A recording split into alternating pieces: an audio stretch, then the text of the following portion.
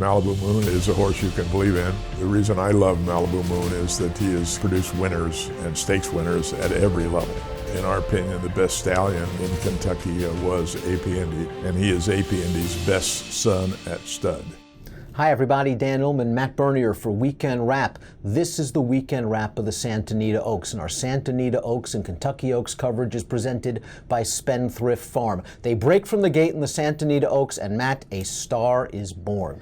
I don't think we're overstepping sort of the hyperbolic statements by saying that this was, no other way of putting it, this was awesome. This was, to me, the performance of the year from all the 3-year-olds, maybe with the exception of Mastery with the boys. I understand maybe she was out there by herself. Paradise Woods is a superstar in the making. Yeah, this isn't Unique Bella. No. And I mean, Unique Bella came in, and it was a shame that Unique Bella is going to miss the Kentucky Oaks, it appears, with a little problem. She was by far and away the unanimous selection for leading 3-year-old filly going into this race. Paradise Woods stretching out off a 5.5 furlong maiden win, obviously 2 turns for the first time. Look how relaxed she is on the lead. She's obviously the number 3. To me, the best part about all of this, and you're going to look, the fractions aren't fast by any stretch of the imagination, but at no point does she take a deep breath. Her ears are just going to keep flickering the entire way around the racetrack. And okay, maybe it compromises a couple of horses, most notably Abel Tasman, but I really don't want to use that as an excuse. How can I excuse when you lose by 12 lengths? Grade 1 stakes winner Abel Tasman is the number 4 in those orange silks at the back of the pack. And I don't think Mike Smith ever was really in a very comfortable position with Abel Tasman. He found her far behind early. Then Abel Tasman grabbed the bit and was pulling in between horses 3 wide on the turn. Now she's outpaced. She's going to come very, very wide. But right now, it doesn't matter if she saved every inch of ground. Paradise Woods is going, gone. Flavian Pratt's going to give her a quick tap on the shoulder here, and the best part is she's going to extend. It's not as though she's just going to kind of chug home. You see, she actually quickens. She finishes in 31 flat. Abel Tasman is the second fastest come-home time in 32-1, and then the rest of the fillies, it's 33 seconds plus. I get she was out there by herself. This is a major league performance. Not only was it visually superb, but the Beyer's speed figure came back extremely fast. This is a 107 Beyer's speed figure for Paradise Woods, and she's so lightly raced. This race leaves you salivating for more, and we're likely going to get it in the Kentucky Oaks. You brought up the Beyer, the 107, just a giant fig. I believe that is the fastest for a 3-year-old, period. I believe Mastery earned a 105 when he won the San Felipe. If you want to look at Timeform US ratings, she earned a 124 in this race. The only figures that are comparable this year with all 3-year-olds, Mastery a 127, Always Dreaming a 123, One-Liner a 124. Unfortunately, One-Liner no longer on the Derby Trail. Unique Bella 119 and 118. Again, I understand she's by herself, and if you want to knock that and sort of take a little bit away, that's your prerogative.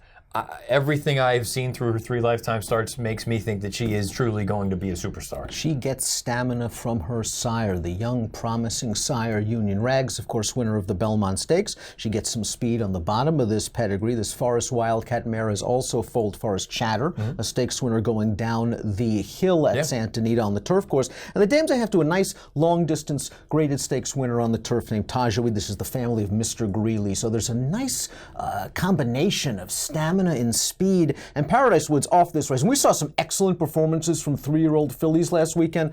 This race has got to make her a fairly heavy favorite in the Oaks. Well, it's going to be fascinating to see, because I wonder if a lot of people are just going to look at it and say, one-hit wonder, where that's the only race that she has, and that she's only gone out 3 times. And you have other quality fillies. You have a Miss Sky Warrior, you have a Farrell, you have a couple other fillies. Even coming out of this race, you have Abel Tasman. Let's not, give her short shrift.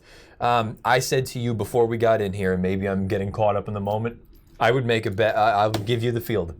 Give me her, because she can sit. We know that. We saw that in her second lifetime start. We saw that she could actually do a little bit of adversity in the debut.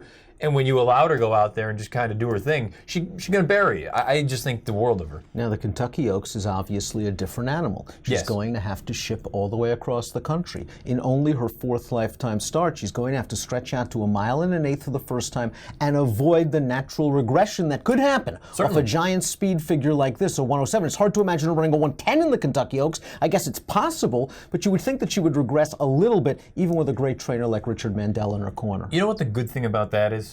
She can regress to a 100 and still be the fastest in the race. So it'll be very interesting to see. And like you say, Mandela, all the faith is in Mandela. He's done it in the past. He's moved fillies across country. Look, if he almost got Beholder to win, and we know how much she didn't enjoy shipping, if this filly is a little bit kinder, it'll be interesting to see. Mandela, I think his quote yesterday, I believe, afterwards said, I nominated the Triple Crown for a reason.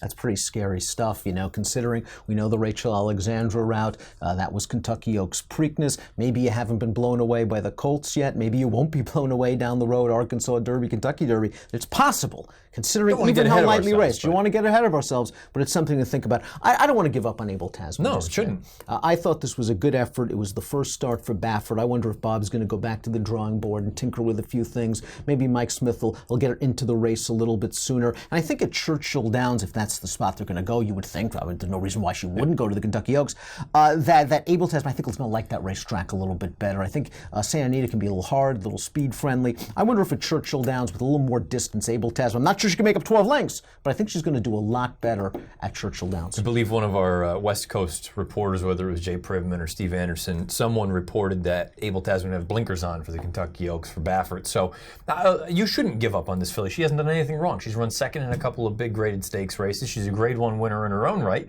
She just happens to have run into two freaks.